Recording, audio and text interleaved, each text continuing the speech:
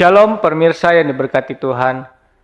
Bertemu kembali dalam seri pelajaran Sekolah Sahabat kita pada hari ini. Sebelum kita sama-sama belajar pelajaran Sekolah Sahabat kita, mari kita berdoa. Maha besar Allah Bapa kami yang kami puji. Pada hari ini ya Bapa, kami akan mendengarkan dan belajar pelajaran Sekolah Sahabat kami. Biarlah Engkau boleh membuka hati dan pikiran kami untuk boleh dapat mengerti. Terima kasih ya Bapa, dalam nama Tuhan, Juru Selamat kami yang hidup. Amin. Pelajaran kita, Sekolah Sahabat hari ini, Rabu 19 Maret 2025 dengan judul, Dipanggil untuk Menegakkan Keadilan. Para nabi dalam kitab suci terus-menerus menyoroti panggilan Allah untuk keadilan dalam masyarakat. Berulang kali, kitab suci tidak segan-segan menyoroti isu-isu ketidakadilan dan juga penindasan. Dan memang benar, panggilan bagi Allah untuk memberikan penghakiman itu sendiri merupakan panggilan bagi Allah untuk menegakkan keadilan. Misalnya, Nabi Yesaya tidak berbahasa basi mengenai ketidakadilan yang terjadi di Israel pada zaman itu. Kata-kata dan seruannya untuk keadilan seharusnya bergema dengan jelas di telinga kita saat ini. Belajarlah berbuat baik, usahakanlah keadilan, kendalikanlah orang kejam, belahlah hak anak-anak yatim, perjuangkanlah perkara janda-janda. Yesaya 1 ayat yang ke-17. Lebih lanjut, ia menyatakan celaka terhadap mereka yang menentukan ketetapan-ketetapan yang tidak keadilan dan menghalang-halangi orang-orang lemah mendapat keadilan.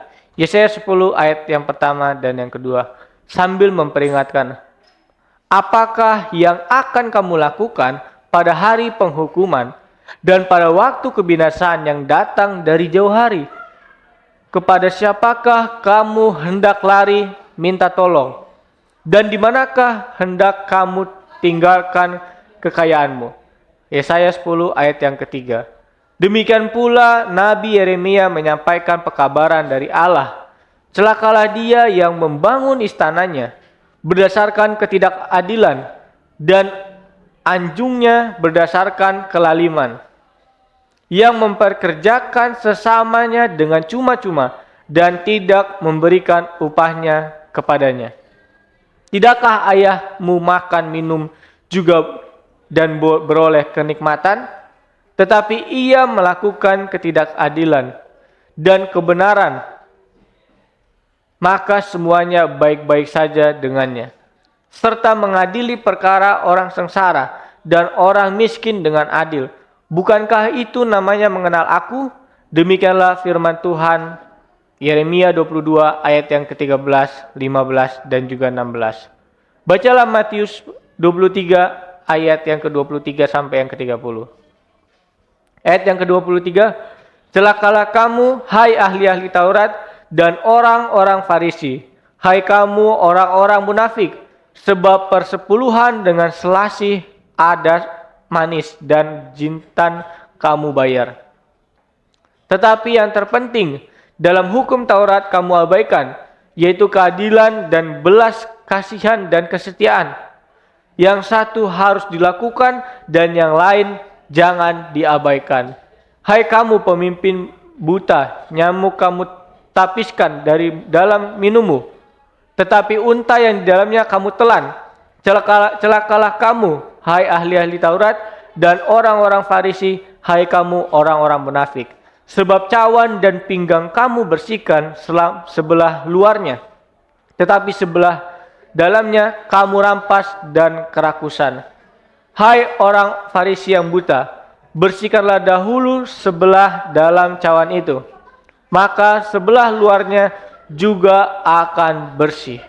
Celakalah kamu, hai ahli-ahli Taurat dan orang-orang Farisi, hai kamu orang-orang munafik, sebab kamu sama seperti kuburan yang dilabur putih, Yang sebelah luarnya memang bersih tampaknya, tetapi yang sebelah dalamnya penuh tulang, belulang, dan berbagai jenis kotoran. Demikian jugalah kamu di sebelah luar, kamu tampaknya benar di mata orang, tetapi di sebelah dalam kamu penuh kemunafikan dan kedurjanaan. Celakalah kamu, hai ahli-ahli Taurat dan orang-orang Farisi, hai kamu orang-orang munafik. Sebab kamu membangun makam nabi-nabi dan memperindah tubuh orang-orang saleh, dan berkata, jika kami hidup di zaman nenek moyang kami, tentulah kami tidak ikut dengan mereka dalam pembunuhan nabi-nabi itu. Apakah yang Yesus ajarkan di sini mengenai hal yang terpenting? Menurut Anda, apa yang dimaksud ketika dia merujuk pada hal yang terpenting? Jangan ada yang berpikir bahwa ketidakadilan hanya menjadi perhatian para nabi perjanjian lama.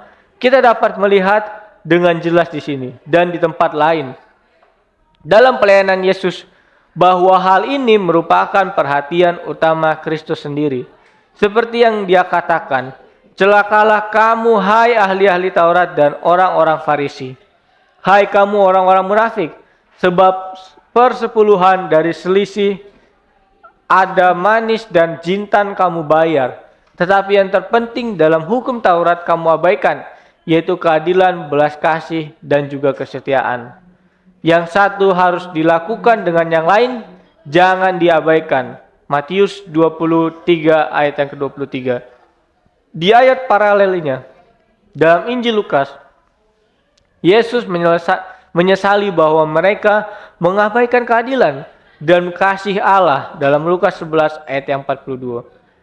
Jika Anda memusatkan perhatian pada hal-hal yang terpenting saat ini, akan seperti apa jadinya jika dibandingkan dengan kalau kita memusatkan perhatian pada persepuluhan dari selasih ada manis dan jintan.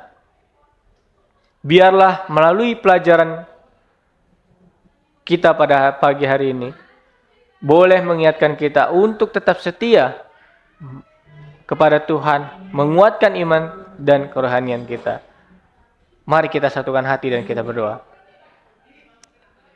Tuhan Allah Bapa kami yang bertata dalam kerajaan surga. Pada hari ini ya Bapa, kami sudah mendengarkan pelajaran sekolah sahabat kami. Biarlah apa yang kami dengarkan ini boleh kami terapkan dalam kehidupan kami. Untuk membagikan kepada orang-orang yang belum mengenal kebenaran akan firman-Mu ya Bapa. Ya Bapa, kami berdoa untuk para pemirsa yang berada dimanapun mereka berada. Biarlah Engkau memberkati mereka dalam setiap kegiatan usaha tangan mereka, pekerjaan mereka, agar itu boleh menjadi berkat bagi mereka ya Bapa. Engkau memberkati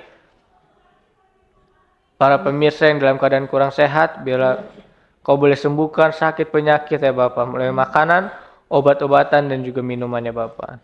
Terima kasih ya Bapa, dalam nama Tuhan Yesus, Juru Selamat dan Penebus kami yang hidup. Amin.